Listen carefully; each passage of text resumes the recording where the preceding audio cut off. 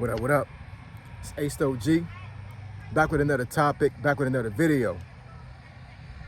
So the title of the video is gonna be delete the YouTube Studio app. I know it's a crazy topic, but we're gonna talk about it. So admin notes, thanks again to all the subscribers that subscribe to my channel. I endeavor to keep pushing videos out to give you leverage to better sales. Also, let me do another admin note here. First of all, I really do appreciate everybody that's on the channel, everybody that has supported my channel, all those things. Like, I really truly appreciate it. I've recorded in my neighborhood here for some time now, I guess like the last month or so, and I'm just putting some out there, man. I have felt like so much peace in my soul doing these videos, and you know, not to say that I didn't like doing videos in DC, because I do love DC as well.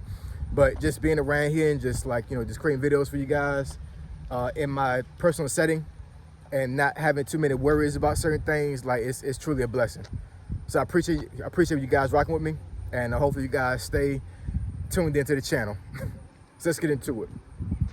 So why should you delete the YouTube Studio app? So this video is going to be catered more to, I would say, folks that have not become monetized yet on YouTube, right? Definitely, it can be transferable to the folks that already are monetized, but I would say probably it's going to be more towards folks that are not monetized yet, right? So, if you ever seen the YouTube Studio app, it's an app obviously that shows you analytics of your channel. It also shows you how much watch time you need left and how many subscribers you need left to become monetized. So when you pull it up and you're not monetized yet, there's a bar there. And it'll give you the real numbers for how many subscribers you have. It'll give you the real numbers for how many watch hours you have, right? And basically, you're able to track, how much time you have left, or how much more effort you have to put into your channel for you to get monetized, right? And I mean, it's definitely a great tool to use to see how you are and where you're at in real time before you get monetized. And also, it's a very good tool to use to track how much money you make on YouTube after you get monetized, right? But what I come to find out is, for a lot of people, that app, man, can be like traumatizing to a certain degree. And the reason why I say that is because I've seen folks that have literally drove themselves crazy, always opening that app, always trying to figure out if they're at a certain point or not on their channel, right? And the YouTube Studio app itself can be actually pulled up on YouTube itself, on a desktop, laptop, whatever I'm saying. So you have to use a phone app to pull it up. You can actually go on YouTube itself, like actually log into your YouTube channel on your laptop or desktop, and there's a link, I think, to the top right hand side where you can actually choose Studio, and it'll bring you to the same analytics and the same things you can see on your phone.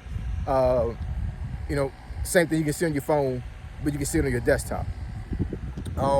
Personally, I would suggest a lot of folks do that initially versus actually being on the app itself on your phone, because it can be traumatizing, man. It really can, because you're looking at statistics and analytics of your channel.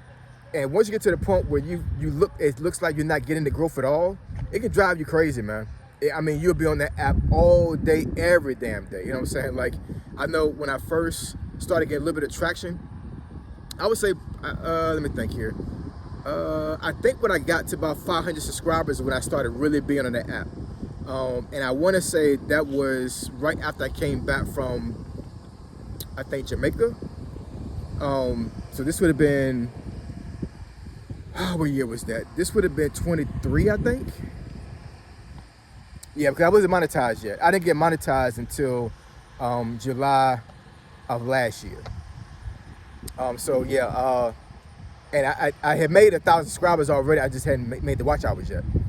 So in any case, yeah, because I wanted doing a short while I was in Jamaica. I was at my sister-in-law's wedding, and that short wanted to give me the most views out of any video I ever had at that point. And that one short, I think, got me, a little bit over 100 subscribers within like a couple of days. So I was like, The power of shorts. You know what I'm saying? But you got to be careful with that, for real, because you know you can literally change your channel to a YouTube Shorts channel by posting too many shorts.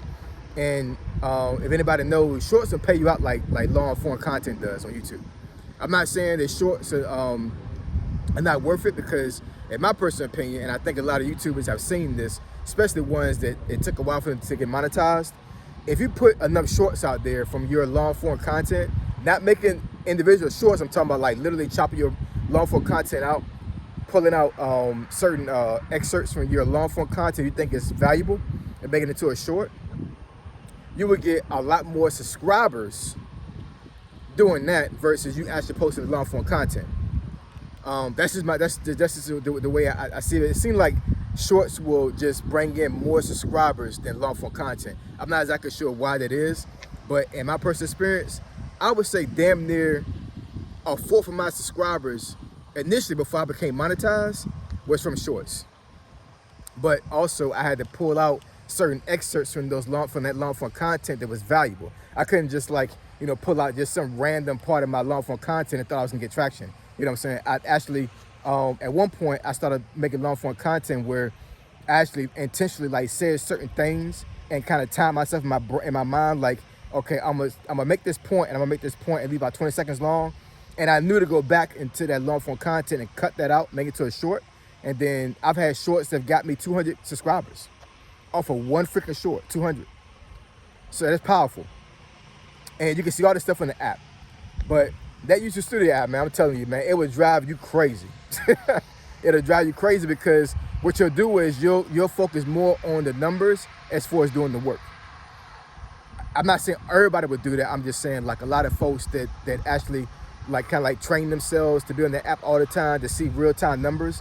I think you'll get lost in the sauce a little bit when it comes to how you grow your channel, because your stats you have on your channel is going to be dictated based off of what the quality of video you have on your channel and how you push things out there. And I think a lot of folks, they'll chase analytics instead of chasing value. And chasing value is what's going to get you the numbers. You know what I'm saying? Don't be concerned about the analytics too much before you get monetized. Especially if monetization is what your ultimate goal is. You shouldn't worry about that, man. I would say personally, this is my personal opinion.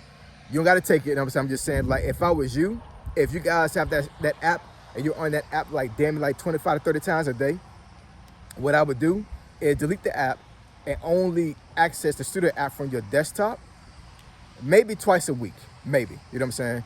Focus more on the content. Focus more on bringing value to your subscribers. You know what I'm saying? Focus more on how you do thumbnails, how you cater your titles, how you look on camera, what kind of camera you're using. If you need to use a microphone, you know what I'm saying? Put all your efforts in making the best content possible versus you chasing analytics. And chasing analytics is what's going to damage your channel by being on the Studio app all the time, right? I've seen a lot of folks, man, they get on that Studio app and they just like, they can't leave it alone. It's like crack. You know what I'm saying? That Studio app is like crack, man. People will be up there all day freaking long.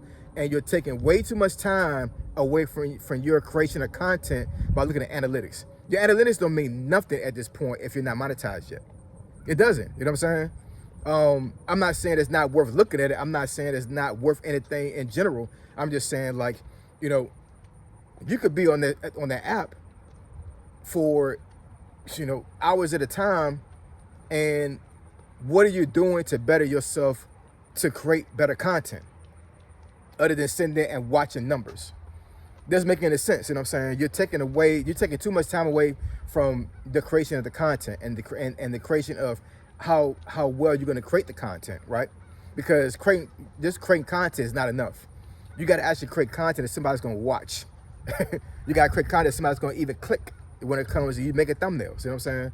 I do understand there are a lot of YouTubers out there that they don't make great thumbnails. They just like put their face up there and that's it. But you know, a lot of them folks are already established, or they could be they just have a niche that just caters more towards the title versus the thumbnails.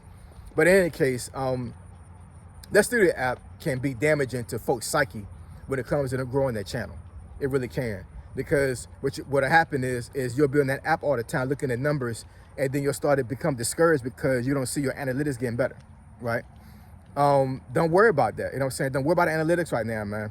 If your ultimate goal is to be monetized on YouTube, do not worry about the analytics when these things first pop off. You know what I'm saying, on your channel. Focus more on creation of the content. That's my personal opinion. You know what I'm saying? I mean, you know, everybody's their own person. You can do what you want to do. But I really feel that had I been off that app a lot longer when I first started my channel, I think I'd have grew my channel a lot faster. It took a little over a year for me to get 1,000 subscribers. Let me see.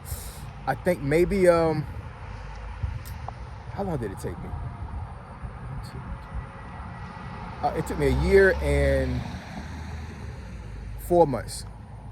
So what's that? 16 months? Yeah, so it took me 16 months to get 1,000 subscribers. For some YouTubers, that'd be a lot of freaking time, you know what I'm saying? And a lot of y'all would not last that long to get to 1,000 subscribers. You know what I'm saying? And I was posting videos every freaking day, yo. You know what I'm saying? I would say at the very least, I think 90% of that 16 months, I posted every damn day to include weekends, right? And, you know, once I got to over 500 subscribers after I came back from Jamaica, I was on that app all the freaking time. I'm looking at that bar, trying to reach 1,000 subscribers, and I'm like, man, I just need 3 more today. I need 4 more today, 5 more today. Sound like somebody fiending. That's what it sounds like, you know what I'm saying? And I was on that app way too long and way too many times during the day versus me actually creating the content and bringing value to people. So in any case, yo, delete YouTube Studio app. That's my personal opinion. So I appreciate y'all. I love y'all. And I'll catch y'all in the next video. Say so G, signing out. I'm gone.